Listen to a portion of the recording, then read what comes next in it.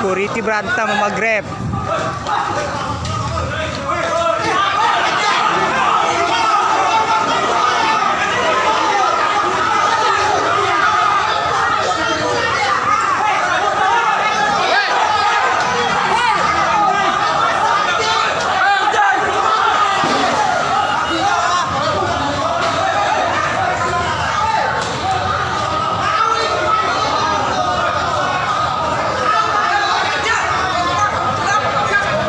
Baik, ya pada sore ini terjadi miskomunikasi antara pihak security dari Tamrin dengan rekan kita dari Gojek, ya.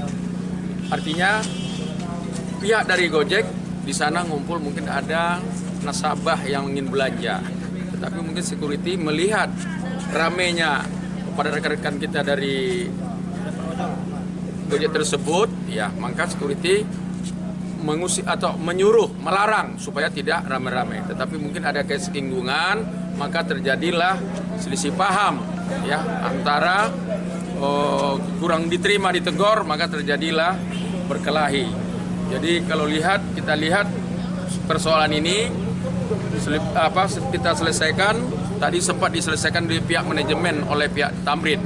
Sudah selesai, sudah maafkan, sudah buat pernyataan, tidak lama kemudian terjadi lagi kejadian. Makanya kita bergerak cepat dan pihak dari Gojek kita suruh buat pengaduan.